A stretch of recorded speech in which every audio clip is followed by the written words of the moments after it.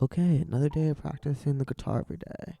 Um, just more of like practicing the root and the dominant chord in every position. I don't know it all yet.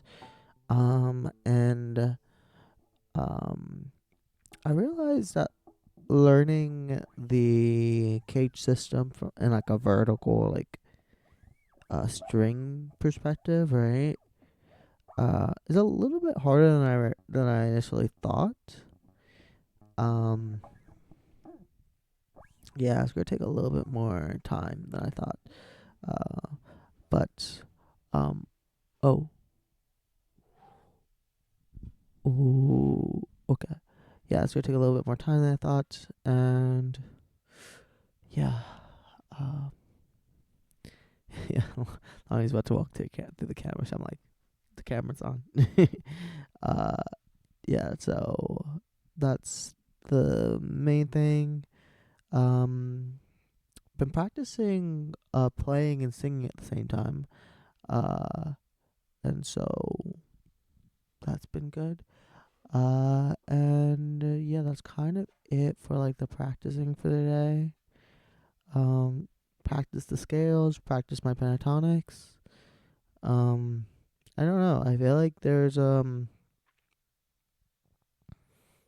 things I have to practice on, but I think the next big skill is like knowing like all of the diatonic chords in every position, right? So I know in this position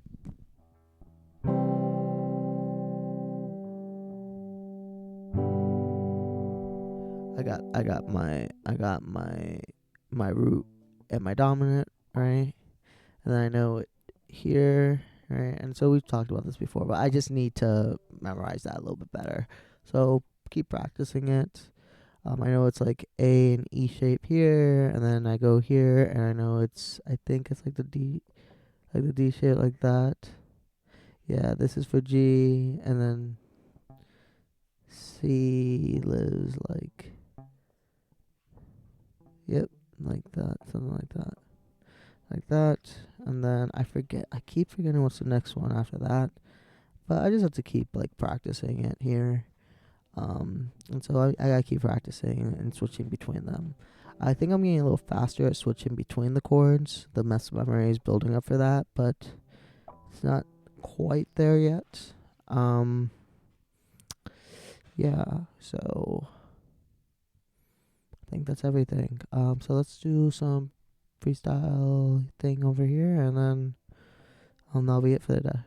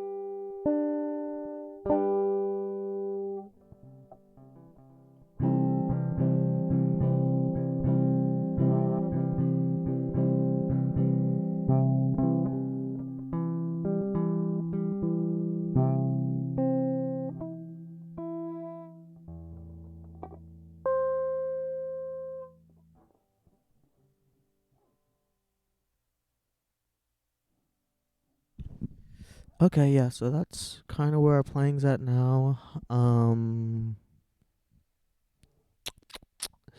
yeah, I think the main idea between why I want to learn the diatonic chords a little bit better in every position and like just be able to jump between them is because I think it'll make writing chord progressions a lot easier.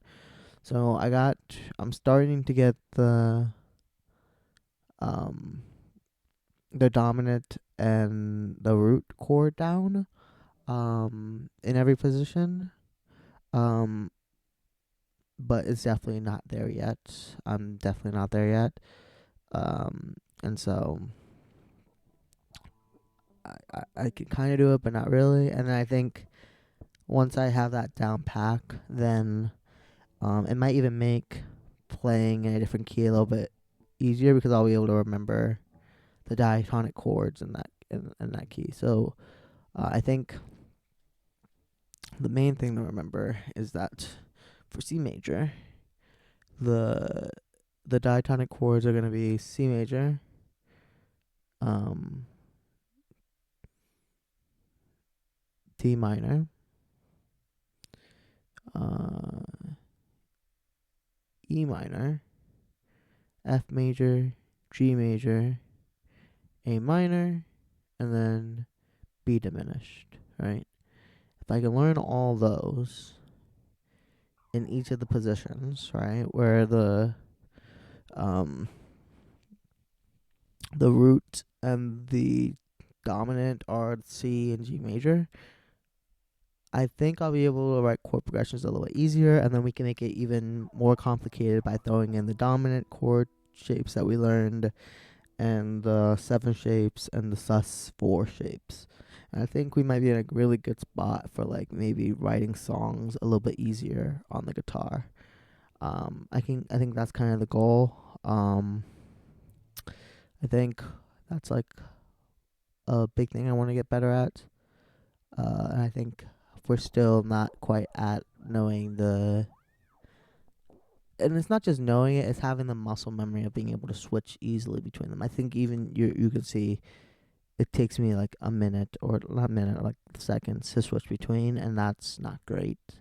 Um, and so I think we need to get to a point where like it doesn't take us like seconds to switch between two chords in those positions. And so yeah, that's kind of the idea. That's kind of the idea. Um, so I don't know. This is day 41. I don't know if there's anything else I want to talk about. I think after that, I think I might want to learn some new scales, like the. I think okay, so I think there's two let me put my thoughts together, and I'll close out with this. Um, I think there are two components of guitar playing that I'm starting to realize. There's like lead guitar playing, and then there's rhythm guitar playing. And rhythm guitar playing is like the chords and stuff, and lead guitar is like the lead melody kind of thing, right? Um, and I think I have to learn both of those things if I want to get good at songwriting on the guitar and just songwriting. Like, if this is the instrument I will use to write songs, I need to know both of those, right? Um, and I think that the chord progression stuff is going to help a lot with the rhythm guitar stuff. But I think it's not necessarily exclusively rhythm guitar stuff because you can arpeggiate those chords and you can do that in any which way. And so it also helps with like coming up with lead guitar melodies too that will sound good, right? Like I know that if I arpeggiate in my